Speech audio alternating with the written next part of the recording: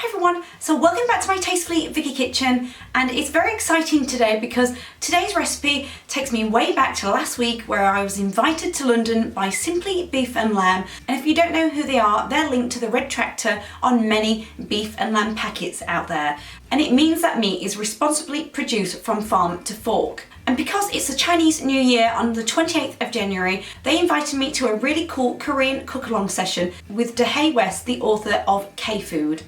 And I couldn't say no because I was particularly drawn to buying her book the previous week from The Works. It was only a £5 and it's packed full of really exciting recipes. And when I got there, it was really cool to meet a few other bloggers and vloggers. The whole tables were laid out with food, a spiralizer, and many of you will know that I featured one in my haul recently. So I was really excited to use that. And they actually had 3 Korean recipes planned for us. And those recipes are on the Simply Beef and Lamb website, so I will link those below. And we cooked up some really tasty Korean crispy lamb, some tasty bulgogi beef lettuce wraps, and my absolute favourite was beef brisket dumplings. And I actually learned how to make them. And I thought they'd be really difficult. It turns out they're not. They're actually easy peasy. As long as you've got the dumplings all ready for you, you're set to go. And it takes about 2 minutes to make. Crazy talk. And I left so inspired. So I'll leave that link below because I really enjoyed taking photos as well. And all the recipes that we made, we actually got to take them home and eat for our supper. So that was even better. And for today's recipe, I've actually adapted the Korean crispy lamb into a Korean crispy beef. Now, the main reason for that is I couldn't find extra lean lamb mincemeat anywhere. So I thought, I'm sure many of you are going to be in the same boat, so I tried to make these recipes very universal. So the easiest thing for me to grab was 5% lean beef. But there's one thing I must tell you now is that I used udon noodles for this recipe, as we did on the day, because they were so yummy. But of course, if you wanted to make this strictly sin-free, then just use sin-free noodles. There are many out there, usually dried egg noodles. So hopefully you like this recipe and I'll see you in a bit. So to start off with, you'll need a large mixing bowl, 2 garlic cloves peeled and crushed, half a teaspoon of mild chili powder, 30 ml of soy sauce, and 30 ml of rice wine or balsamic vinegar. And then I personally added 2 tablespoons of tomato puree and then give that a really good mix. And transfer in 500 grams of extra lean beef mincemeat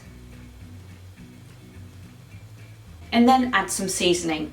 Next, you'll need a large frying pan and don't put any oil in it whatsoever and whack up the heat till it's piping hot because this is what's going to make the beef crispy. And place the beef in and squash it down with the back of a spatula. And you're going to dry fry this for around 15 minutes, but turning it intermittently. But while that's cooking till halfway, let's spiralize the vegetables. So you'll need to spiralize or grate 2 courgettes onto about the 3mm.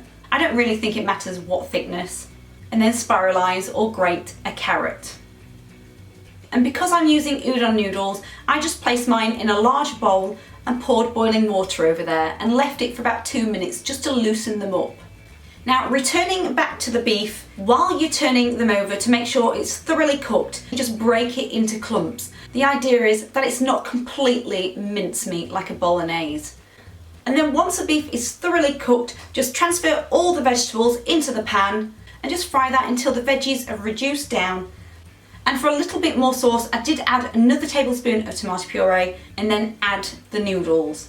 And then serve into bowls and just add a garnish of sliced spring onions. And that is all.